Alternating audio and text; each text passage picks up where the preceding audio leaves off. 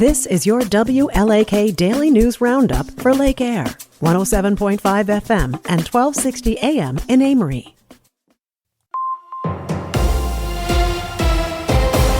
Civic Media News, I'm Terry Bell. Here's what Wisconsin needs to know. Former President Donald Trump will hold his first Wisconsin rally of the presidential campaign on Tuesday. His campaign says Trump will visit Green Bay on the day of the state's presidential primary election.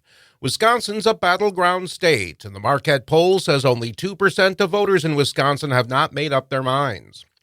President Biden's campaign co-chairman is in La Crosse and Wausau today talking about boosting the economy with infrastructure projects. Presidents for 50 years talked about doing it. Nobody could do it, but the president did at $1.2 trillion because those are the things that are creating jobs for high-paying union workers that are transforming communities. Mitch Landrieu spearheaded the president's infrastructure plan. He met with mayors in Madison, Milwaukee, Racine, and Sheboygan yesterday. 20 elected officials across Wisconsin are urging Wisconsin Democrats to vote uninstructed on Tuesday. They're protesting President Biden's support for Israel's war in Gaza.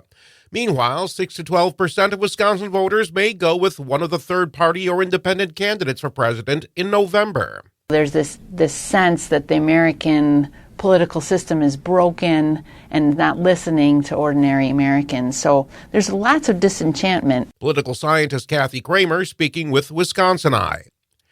The state Supreme Court is letting a lower court ruling stand that a group of Amazon delivery drivers in Wisconsin should be classified as employees. The case is being watched closely for its impact on all kinds of different businesses.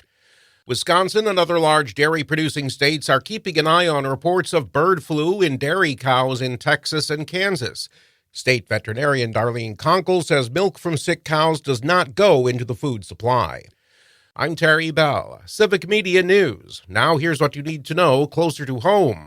For WLAK News, I'm James Kelly. City of Duluth officials are warning residents that they will soon be paying more for water. According to a Northern News Now report, the cost of water will rise by just over 9% each year for the next 4 years, resulting in each resident paying an average of nearly $13 per billing period as opposed to $4.50 they pay now. City officials say that price hikes are necessary for infrastructure upkeep, particularly at the Lakewood Water Treatment Plant. Utility officials have a number of projects planned. Some Amazon drivers are officially employees, not independent contractors, according to the Wisconsin Supreme Court. In a unanimous decision, the court said they should not have reviewed the case in the first place, upholding the ruling that drivers in the Amazon Flex program are part of the state's unemployment insurance system and are entitled to jobless pay if they are laid off. As a result of the upheld ruling, Amazon Logistics will likely have to pay an additional $200,000 or more in taxes. A Superior bar and apartment building have been demolished following a Thanksgiving fire that left the structures condemned. According to a Fox 21 report, demolition crews were seen taking down the former Viking Lounge and the apartments on Superior's north end on Monday. The fire that caused the damage broke out around 10 a.m. on November 23rd, and fire department officials believe it was started by a lit cigarette that was thrown into a small crawl space below the ground floor. 14 people were left homeless.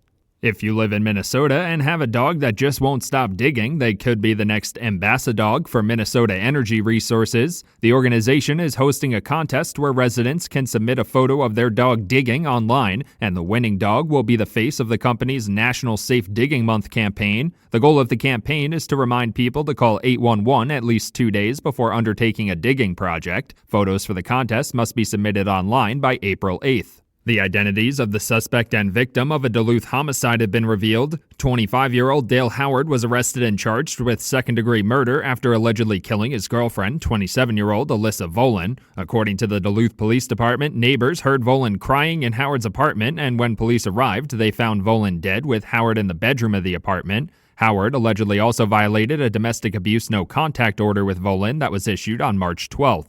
The Barron County Sheriff's Office has announced it received an anonymous tip about a possible threat at Prairie Farm School. According to a press release, the tip was called into the Speak Up, Speak Out Wisconsin tip line around 1:40 on Monday. Law enforcement authorities received the tip and phone data and conducted interviews, including one with the subject of the threat tip. After a thorough investigation, officials determined that the tip about a threat at the school was not true and there was no actual danger.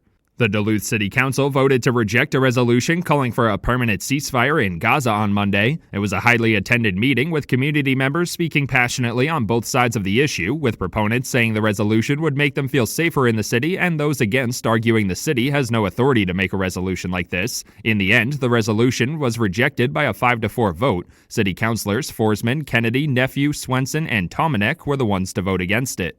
Duluth residents have started a new internet challenge to let billionaire Kathy Cargill know they don't need her anyway. Cargill recently called the Duluth community small-minded in a Wall Street Journal report after residents and Mayor Roger Reinert questioned her intention in buying 20 properties in Park Point.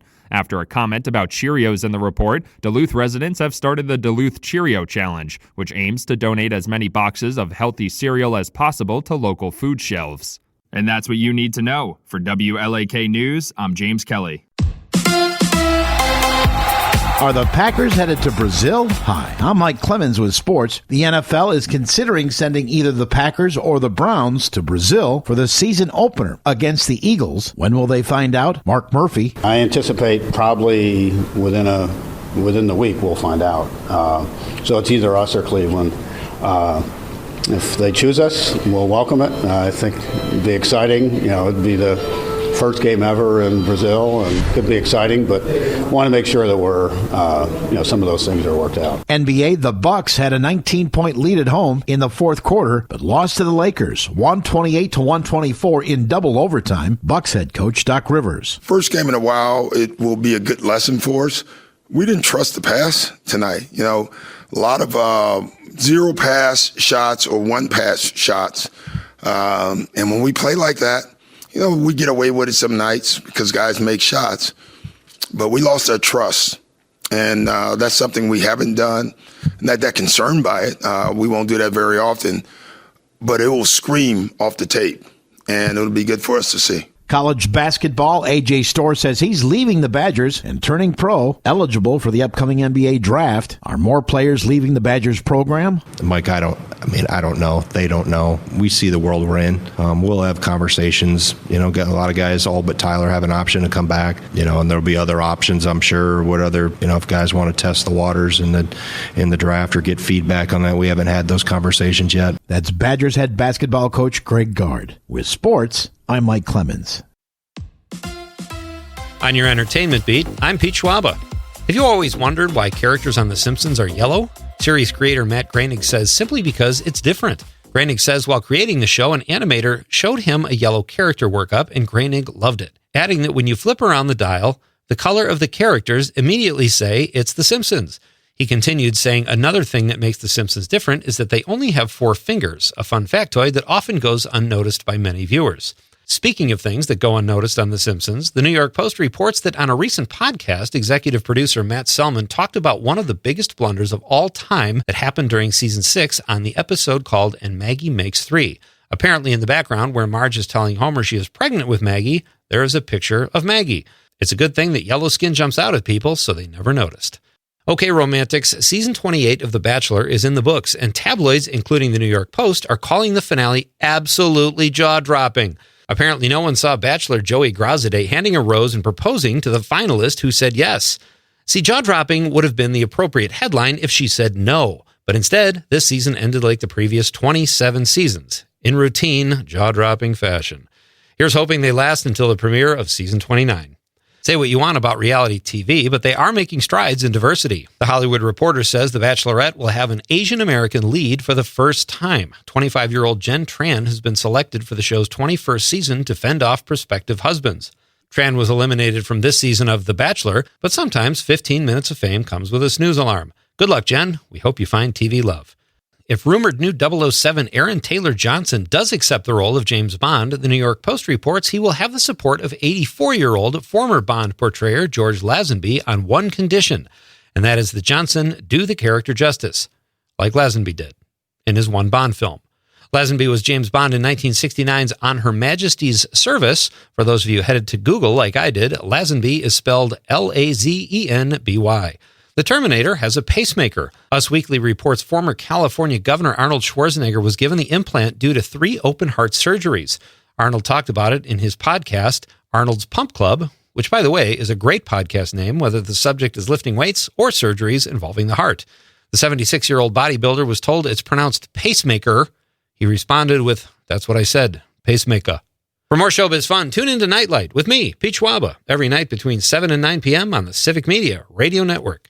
It's going to be mostly cloudy and kind of cold today, but not quite as windy as it was yesterday. Our high 28, the wind out of the west at around 10 to 20 here throughout the day. Tonight, partly cloudy, will drop to 14. Tomorrow, sunshine 36 by Friday. Partly cloudy with a high back up to around 45. I'm meteorologist Sean Cable. Right now, it's 15. That's your WLAK Daily News Roundup from Civic Media. Subscribe to this podcast on Spotify, Apple, or wherever you find your podcasts. Find more news at lakeair.radio.